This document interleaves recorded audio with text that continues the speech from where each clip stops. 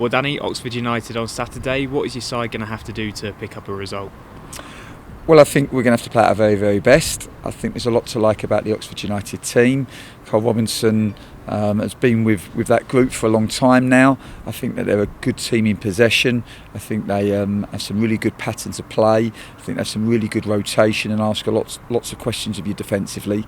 I think if we can defend well, which we have done for the majority of the season, then we'll have moments both on the counter-attack and also within our positional attacks. And yeah, for us to try to carry threat offensively.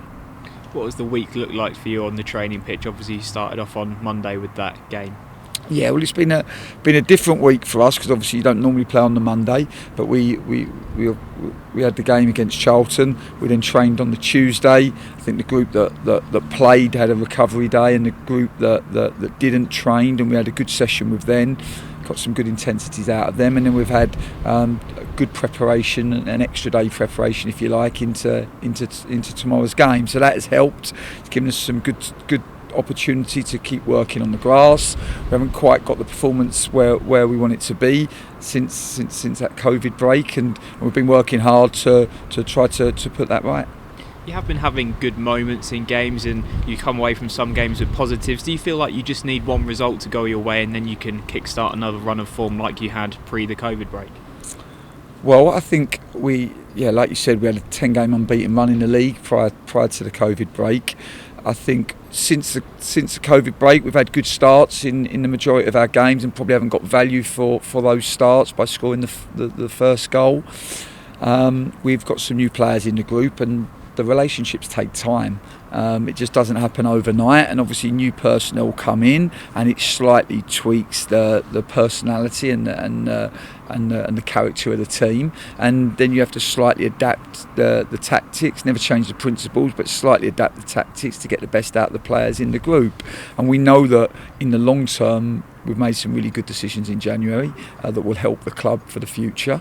And what we've got to do in the interim period is, as quickly as we can, accelerate the process so that we get everybody aligned and thinking the same, and build those little relationships on the pitch, which will help us get on the right side of what are always tight games at this level.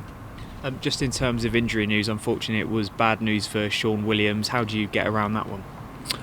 Well, I think to lose Sean on deadline day was obviously a bit of disappointment. It looks like it's going to be long term, and we have to adapt. I think the great news for us is that Ryan Tunnicliffe is now back. He's been on the grass now for over a week. He looks a lot more confident in his hamstring than probably he was first time out. Definitely looks like he's moving better, and you can see that acceleration and power that's so important to his game. So he's going to feel like a new signing for us. So we're really pleased to have him back with the group. We're going to have to be intelligent with how we use him. I think a little bit like Clark Robertson as well is just coming back, and it takes the players some time in training and then in games to get back to their full levels. But we know that if we can get Clark and Tunney playing at their maximum, then they're fantastic and really important players for the group.